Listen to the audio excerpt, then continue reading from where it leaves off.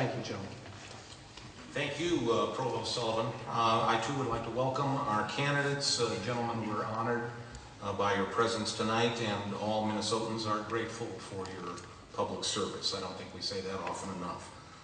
You know, the Debate Minnesota people have often told us moderators that their inspiration for creating these debates are the Lincoln-Douglas debates of the Civil War era, one of the great events in American history. So the other night I did a little reading about those debates, and I have to report that there are a couple of differences. If we were following the format of those original Lincoln-Douglas debates, we would begin with an opening statement of 1 hour. Each of our other candidates would then have time for rebuttal of 1.5 hours. And then we would close with a half-hour summation. Now, we're not going to do it that way. Because after all, we haven't all traveled long distances by horse and buggy to get here tonight.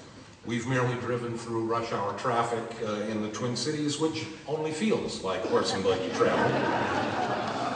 But we'll get to that issue presently.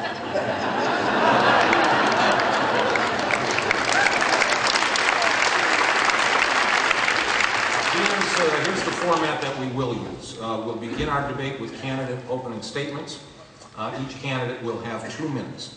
A drawing has determined the order, and the same order will be used for the closing statements at the end. We will then move on to the public policy issue portion of the debate, discussing 3 policy issues for 15 minutes each. After that, my co-moderator, Patrick Marks, will moderate the audience question segment of our debate. We urge you to participate in that. Each candidate will have 90 seconds to answer each question. We've made note cards available to the audience. If you wish to ask a question, please write your name and the question on the card and give them to the ushers as soon as you can. And questions should be framed so that all 3 candidates can respond to them.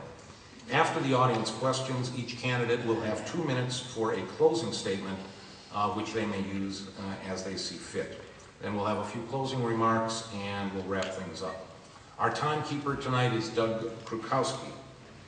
To ensure that the candidates get full use of their allotted time, I would like to ask the audience to please withhold your applause until the end of our debate.